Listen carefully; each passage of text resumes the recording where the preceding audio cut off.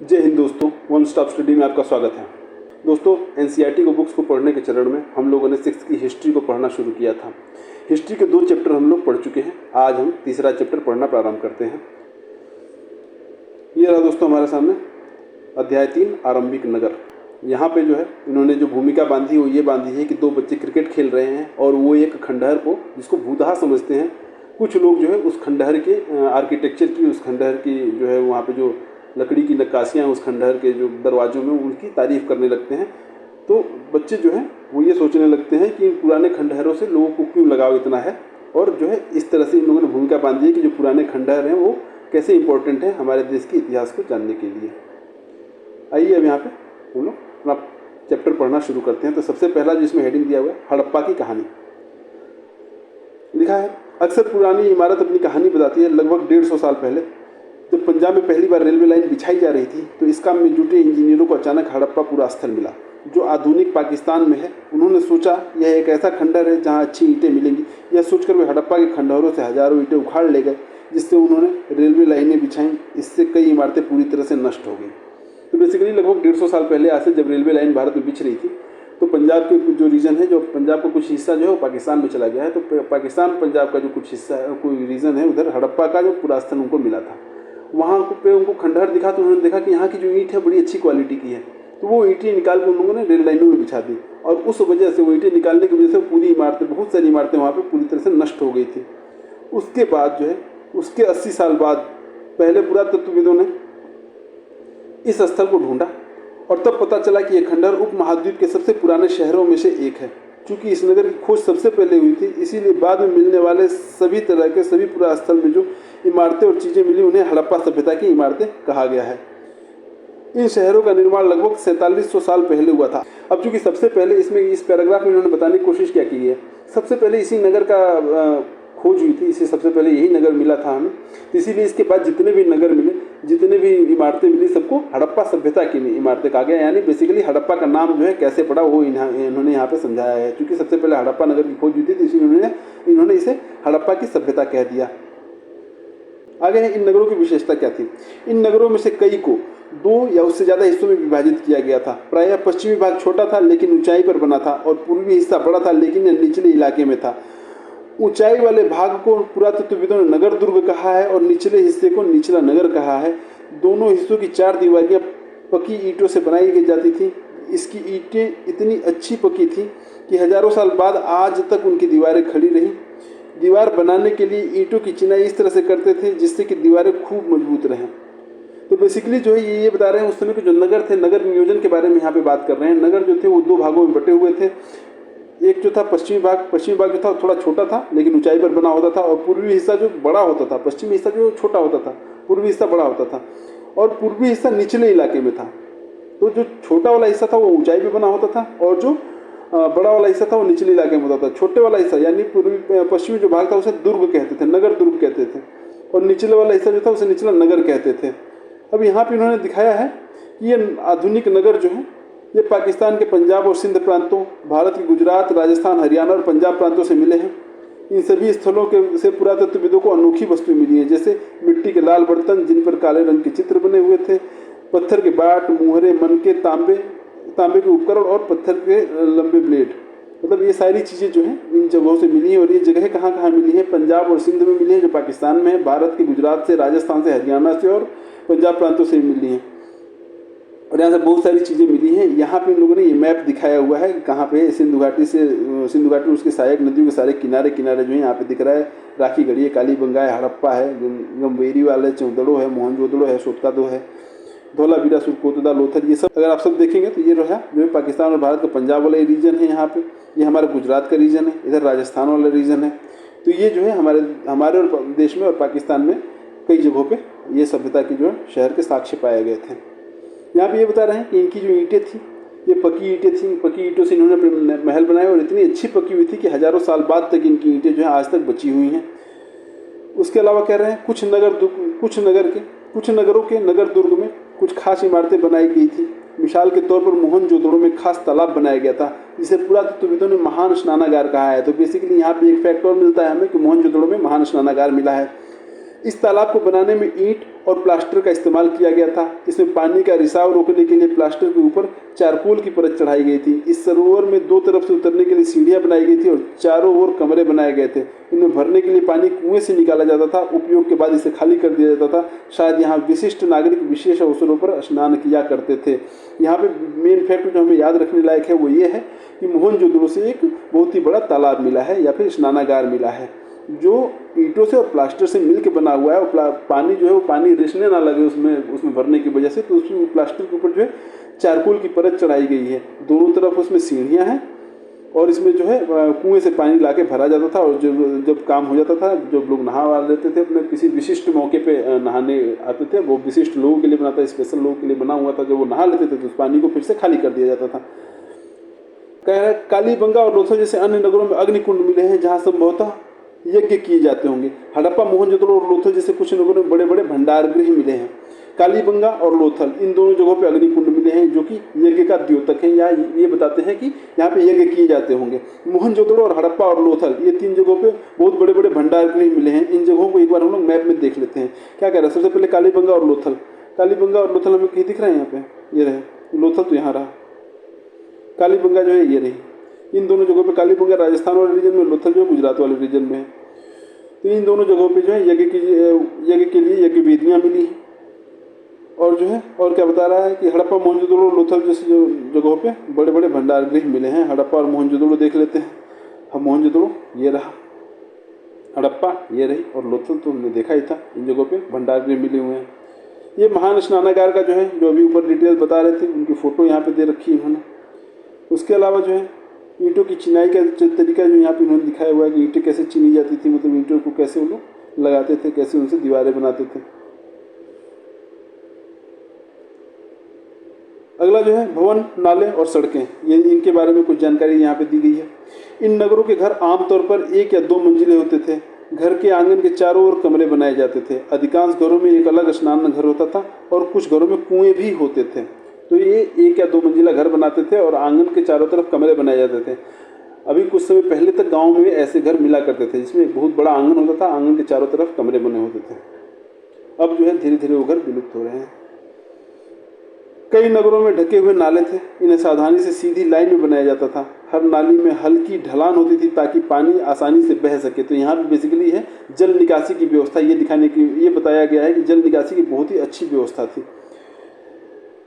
अक्सर घरों की नालियों को सड़कों की नालियों से जोड़ दिया जाता था जो बाद में बड़े नालों में मिल जाती थी। नालों के ढके होने के कारण में जगह जगह पर मैनहोल बनाए गए थे जिनके जरिए इनकी देखभाल और सफाई की जा सके। घर, नाले और सड़कों के निर्माण योजनाबद्ध तरीके से एक साथ ही किया जाता था। मतलब एक ही बार में जब घर बनना शुरू होगा तो उसी समय घर की नाली सड़क की नाली से जोड़ दी जाएगी, फिर सड़क की नाली जो है उसे ले जाके एक बड़े नाले से जोड़ दिया जाएगा। एक ही बार सारा कुछ योजनाबद्ध तरीके से पूरी प्लानिंग के साथ इनके घर का जो है निर्माण होता था। तो बेसिकली इनका जो नगर नियोजन था वो पूरी एकदम, उनका जो शहर था पूरी तरह से प्लान करके बनाया हुआ था। तो इनका जो है, और यहाँ पे एक और चीज़ जो है वो ये समझाने की कोशिश की गई कि जो जल निकासी थी इनकी बहुत ही अच्छी व्यवस्था थी, इनकी पूरी प्लान थी। फिर नगरीय जीवन की बात करते हैं। इनका नगरीय जीवन हड़प्पा के नगरों में बड़ी हलचल रहा करती होगी। यहाँ पर ऐसे लोग रहते होंगे जो नगर की खास इमारतों बनाने की योजना में जुटे रहते थे। ये संभवतः यहाँ के शासक थे।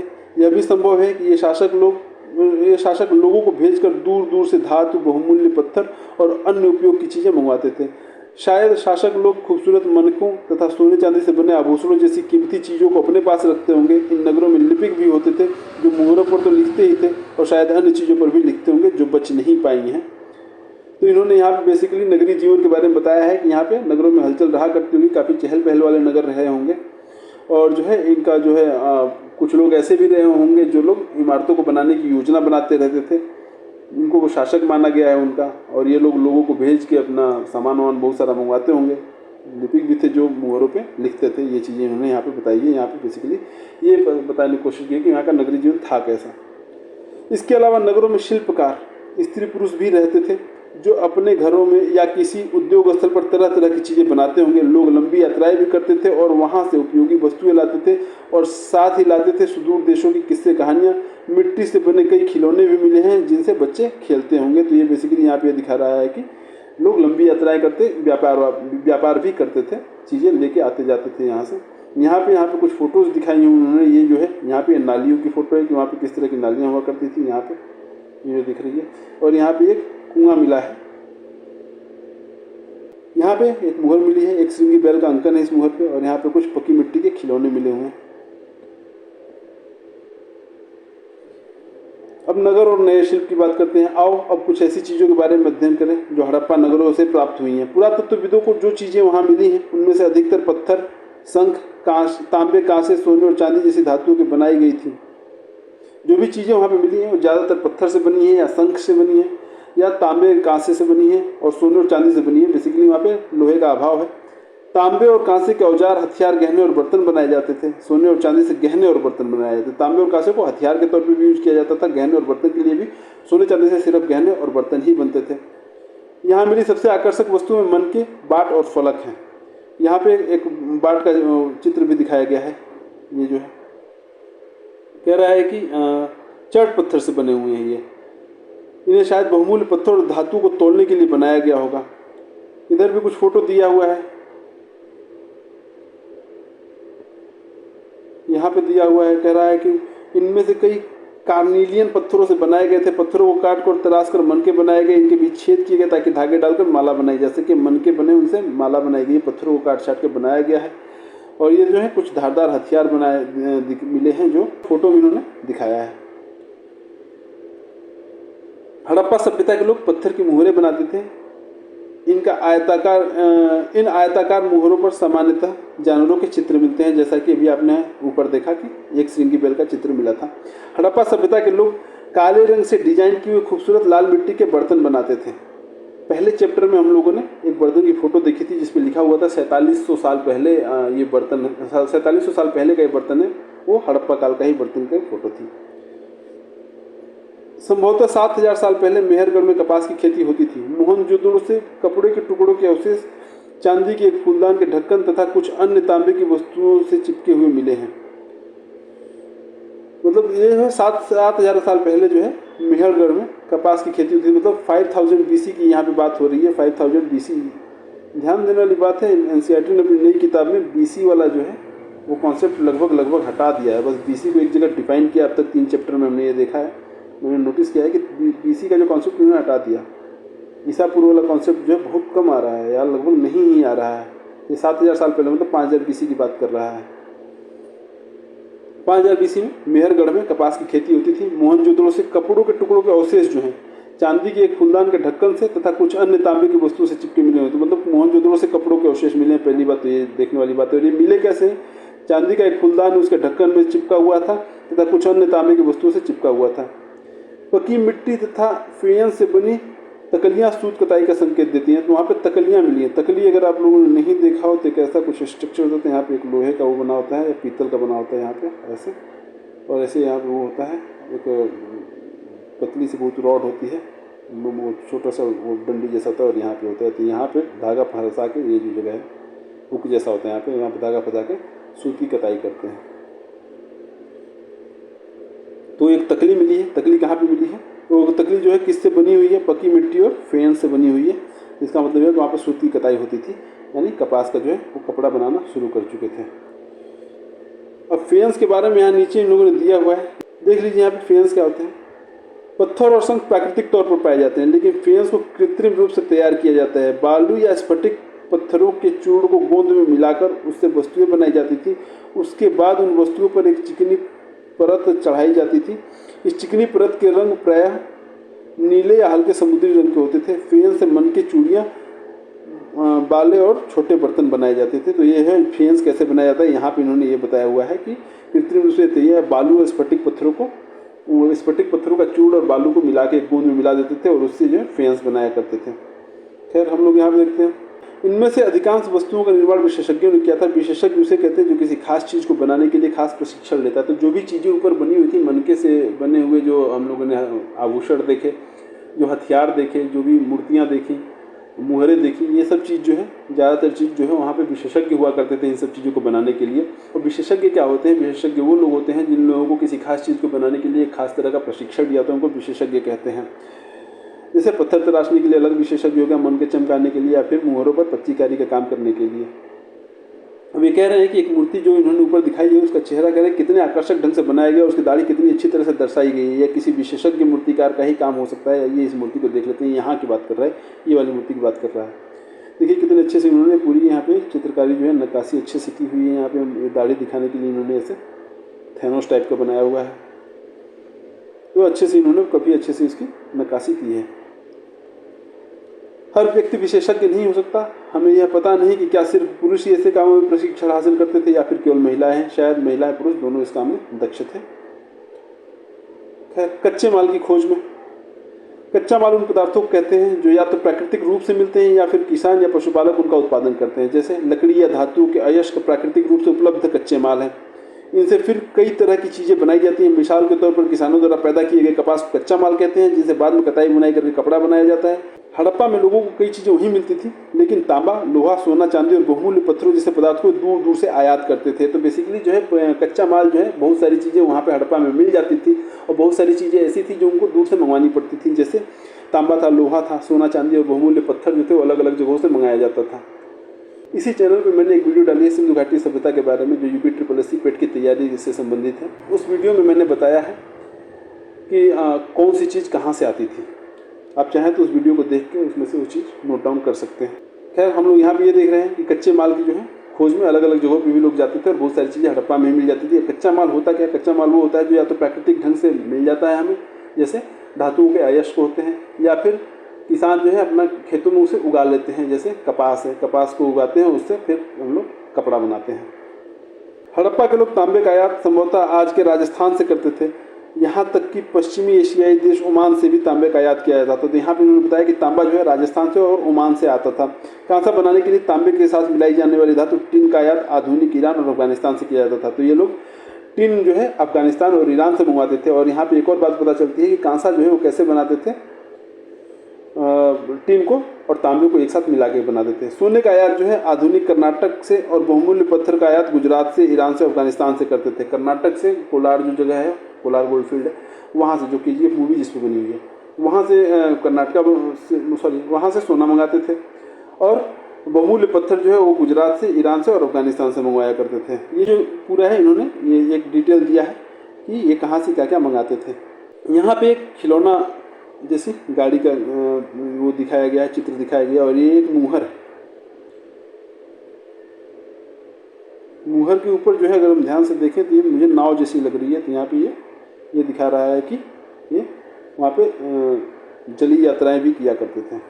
खैर, अगला टॉपिक जो है नगरों में रहने वालों के लिए भोजन।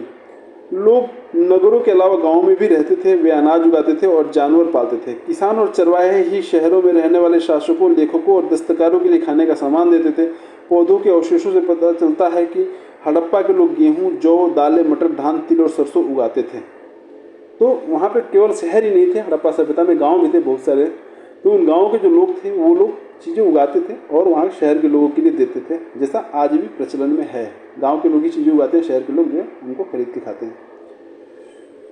जमीन की जुताई के लिए हल का प्रयोग एक नई बात थी। हड़प्पा काल के हल तो नहीं बच पाए हैं क्योंकि वे प्रायः लकड़ी के बनाए जाते थे, लेकिन हल के आकार के खिलौने मिले हैं। तो लकड़ी के हल बनते थे और हड़प्पा काल से पहले हलों का प्रयोग शायद नहीं होता था। ये नया इन्होंने ही आविष्कार किया था। और वहाँ पे हल जो है उस समय के लकड़ी के बने होते थे, इसीलिए बचे तो नहीं है, लेकिन हलों के आकार के बने खिलौने मिल जाते हैं।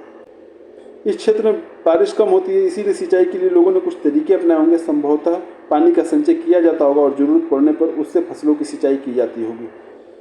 हड़प्पा के लोग गाय, भैंस, भेड़ और बकरियां पालते थे। बस्तियों के आसपास तालाब और चारागाह होते थे, लेकिन सूखे महीनों में मवेशियों के झुंडों को चारा पानी की तलाश में दूर दूर तक ले जाया जाता था। वे बेर जैसे फलों को इकट्ठा करते थे, मछलियां पकड़ते थे और हिरन जैसे जानवरों का शिकार भी करते थे। ये लोग पशुपालक भी थे और जनरली उनके लिए चारागाह और तालाब जो है बस्तियों के आसपास ही थे। लेकिन अगर महीना कभी सूखे का महीना आ गया तो उस दौरान जो है मवेशियों के झुंडों को चारा पानी की तलाश में दूर दूर तक ले भी जाते थे। गुजरात में हड़प्पा कालीन नगर का सूक्ष्म निरीक्षण जो है, कच्छ के इलाके में खदिर बेत के किनारे धौलावीरा नगर बसा था। धौलावीरा नगर जो है कच्छ के इलाके में गुजरात में है। वहाँ साफ पानी मिलता था और ज़मीन उपजाऊ थी। जहाँ हड़प्पा सभ्यता के कई नगर 2 भागों में विभक्त थे, वहीं धौलावीरा का नगर 3 भागों में भागों में बांटा गया था। इस चीज़ को नोट कर लीजिएगा, ये चीज़ इंपॉर्टेंट है। ज़्यादातर नगर जो है वो 2 भागों में बटे थे, लेकिन धौलावीरा जो है 3 भागों में बटा था। इसके हर हिस्से के चारों ओर पत्थर की ऊंची ऊंची दीवारें बनाई गई थी। इसके अंदर जाने के लिए बड़े बड़े प्रवेश द्वार थे। इस नगर में एक खुला मैदान भी था जहाँ पर सार्वजनिक कार्यक्रम आयोजित किए जाते थे। यहाँ मिले कुछ अवशेषों में हड़प्पा लिपि के बड़े बड़े अक्षरों को पत्थरों में खुदा पाया गया है। इन अभिलेखों को संभवतः लकड़ी में जड़ा गया था। यह अनोखा अवशेष है क्योंकि आमतौर पर हड़प्पा के लेख मुहर जैसी छोटी वस्तुओं पर पाए जाते हैं। तो यहाँ पे जो है धौलावीरा जो नगर है, इसके बारे में इंपॉर्टेंट चीज़ें कुछ हैं। पहले तो यह है कच्छ के इलाके में खदिर बेद के किनारे मिलता है ये गुजरात में, और ये जो है 3 भागों में बटा था। ये एक इंपॉर्टेंट चीज़ हो गई। इसके अंदर जाने के लिए बड़े बड़े द्वार थे। यहाँ पे खुला मैदान था जहाँ पे सार्वजनिक कार्यक्रम आयोजित किए जाते थे। ये भी एक बड़ी बात हो गई, ये भी इंपॉर्टेंट चीज़ हो गई। यहाँ पे कुछ अवशेषों में कह रहा है कि कुछ अवशेषों में हड़प्पा लिपि बड़े बड़े अक्षरों में पत्थरों पर खुदा गया। हड़प्पा लिपि के जो कुछ बड़े बड़े अक्षरों जो हैं उनको पत्थरों पर खुदा हुआ पाया गया है। शायद वो जो अभिलेख है, एक तरह से जो पत्थरों पर खुदी हुई चीज़ों का अभिलेख कहते हैं, तो अभिलेख जो है वो लकड़ी में जड़ा गया था। और यह अनोखा इसलिए है क्योंकि आमतौर पर जो है हड़प्पा के लेख है मुहर जैसी छोटी वस्तुएं मिलते हैं, पर ये बड़े बड़े अक्षरों में पत्थरों पर खुदे हुए हैं। तो ये बहुत ही स्पेशल है। गुजरात की खंबात की खाड़ी में मिलने वाली साबरमती की एक उपनदी के किनारे बसा लोथल ऐसे स्थान पर बसा जहाँ पर कीमती पत्थर जैसा कच्चा माल आसानी से मिल जाता था। यह पत्थर शंखों और धातुओं से बनाई गई चीज़ों का महत्वपूर्ण केंद्र था। इस नगर में एक भंडारगृह भी था। इस भंडारगृह से कई मुहरें, मुद्रांकन या मुहरबंदी मिले हैं। मुहरबंदी क्या होती है? गीली मिट्टी पर जो है दाबने से उनकी जो छाप बनती है मुहरों को दाबने से, वो मिले हैं। खैर, अभी हमने ऊपर देखा था धौलावीरा नगर के बारे में, कहा था जो दूसरा गुजरात में नगर है वो है लोथल। ये साबरमती की एक उपनदी के किनारे बसा हुआ था। साबरमती जो नदी है, यहाँ पे कीमती पत्थर जो है आसानी से मिल जाता था। तो यहाँ पे पत्थरों से बनने वाली जो भी चीज़ें थी, खिलौने, मनके, इन सब चीज़ों का एक भंडार गृह मिला है। यहाँ पे ये सब चीज़ें बनाई जाती थी। ये केंद्र हो गया था मैन्युफैक्चरिंग का, एक तरह से मैन्युफैक्चरिंग हब था पत्थरों से बनाई जाने वाली चीज़ों का। ये एक बड़ा तालाब दिख रहा है जो लोथल का बंदरगाह रहा होगा। लोथल एक बंदरगाह नगर भी था। ये बात जो है इंपॉर्टेंट है, कई बार पूछी गई है। यहाँ एक इमारत मिली है जहाँ संभवतः मनके बनाने का काम होता था। मनके की फैक्ट्री एक तरह से मिल गई है, लोथल में मिली है। ये बात इंपॉर्टेंट है, इसे नोट कर लीजिएगा। पत्थर के टुकड़े, अधबने मनके बनाने वाले उपकरण और तैयार मनके भी यहाँ मिले हैं। तो एक मनकों की फैक्ट्री जो लोथल में मिली है, और लोथल जो है साबरमती नदी की एक सहायक नदी के किनारे है। ये बात यहाँ पे मेंशन की है इन लोगों ने। मुद्रा, मुहर और मुद्रांकन या मुहरबंदी। मुहरों का प्रयोग सामान से भरे उन डिब्बों या थैलों को चिन्हित करने के लिए किया जाता होगा जिन्हें एक जगह से दूसरी जगह भेजा जाता था। तो मुहरों का प्रयोग जो है एक जगह से दूसरी जगह पर भेजे जाने वाली चीज़ों पे चिन्हित करने के लिए कि ये जो है कहाँ से आई हुई है, ये मुहरों के हिसाब वो मुहर मार के पता चलता होगा। थैले को बंद करने के बाद उनके मुहानों पर गीली मिट्टी पोत कर उन पर मुहर लगाई जाती थी। मुहर की छाप को मुहरबंदी कहते हैं। अगर यह छाप टूटी हुई नहीं होती तो यह साबित हो जाता था कि सामान के साथ छेड़छाड़ नहीं हुई। ये बेसिकली एक सील जैसा था स्ट्रक्चर, वो सील जैसा काम करती थी मुहर जो है। सभ्यता के अंत का रहस्य। आज से लगभग 3900 साल पहले एक बड़ा बदलाव देखने को मिलता है। अचानक लोगों ने इन नगरों को छोड़ दिया। लेखक, मुहर और बाटों का प्रयोग बंद हो गया। दूर दूर से कच्चे माल का आयात काफ़ी कम हो गया। मोहनजोदड़ो में सड़कों पर कचरों के ढेर बनने लगे। जल निकास प्रणाली नष्ट हो गई और सड़कों पर ही झुग्गीनुमा घर बनाए जाने लगे। मतलब 3900 साल पहले जो है जो ये सभ्यता थी ये नष्ट होनी शुरू हो गई थी। यह सब क्यों हुआ कुछ पता नहीं। कुछ विद्वानों का कहना है कि नदियाँ सूख गई थी, अन्य का कहना है कि जंगलों का विनाश हो गया था। इसका कारण ये हो सकता है कि ईंटें पकाने के लिए ईंधन की जरूरत पड़ती थी। तो ये कह रहे हैं कि अलग अलग विद्वान जो है उनके अलग अलग मत हैं कि हड़प्पा सभ्यता का जो है विनाश क्यों हुआ। कुछ लोग कहते हैं कि नदियाँ जो है वो सूख गई थी। कुछ लोग कहते हैं कि जंगल जो है नष्ट हो गए थे। जंगल नष्ट कैसे हुए? क्योंकि जो ईंटों को पकाने के लिए उनको ईंधन की जरूरत पड़ती होगी तो उन्होंने जंगलों को काट दिया। इसके अलावा मवेशियों के बड़े बड़े झुंडों से चारागाह और घास वाले मैदान समाप्त हो गए होंगे। मवेशी के बड़े बड़े झुंड थे, चारागाह और जो मैदान थे समाप्त हो गए। कुछ इलाकों में बाढ़ आ गई, लेकिन इन कारणों से यह स्पष्ट नहीं होता कि सभी नगरों का अंत कैसे हो गया, क्योंकि बाढ़ और नदियों के सूखने का असर कुछ ही इलाकों में हुआ होगा। तो बेसिकली सभी नगरों का अंत कैसे हो गया ये स्पष्ट नहीं है। प्रोबेबली सारे कारण एक साथ मिक्स हो गए हों और नहीं तो कुछ और रीज़न रहा हो जो अभी हमें पता नहीं चल पाया है। ऐसा लगता है कि शासकों का नियंत्रण समाप्त हो गया। जो भी हुआ हो, परिवर्तन का असर बिल्कुल साफ दिखाई देता है। आधुनिक पाकिस्तान के सिंध और पंजाब की बस्तियां उजड़ गई थी। कई लोग पूर्व और दक्षिण के इलाकों में नई और छोटी बस्तियों में जाकर बस गए। लगभग 1400 साल बाद नए नगरों का विकास हुआ। मतलब ये जो था हड़प्पा सभ्यता जो है वो धीरे धीरे ख़त्म हो गई और उसके बाद फिर 1400 साल बाद जो है नए नगर बने थे, जो हम आगे पढ़ेंगे। तो यहाँ पे दोस्तों ख़त्म होता है हमारा NCERT क्लास 6 की हिस्ट्री का चैप्टर 3। ये वीडियो आपको कैसा लगा कमेंट बॉक्स में ज़रूर बताएं। अगर आप मेरे साथ सारी NCERT को पूरी समग्रता के साथ पढ़ना और समझना चाहते हैं तो इस चैनल को सब्सक्राइब कर लीजिए। अगर ये वीडियो आपको पसंद आई हो तो वीडियो को लाइक करें, अपने दोस्तों के साथ शेयर करें। हम मिलते हैं अगली वीडियो में, तब तक व्यस्त रहें, मस्त रहें। जय हिंद।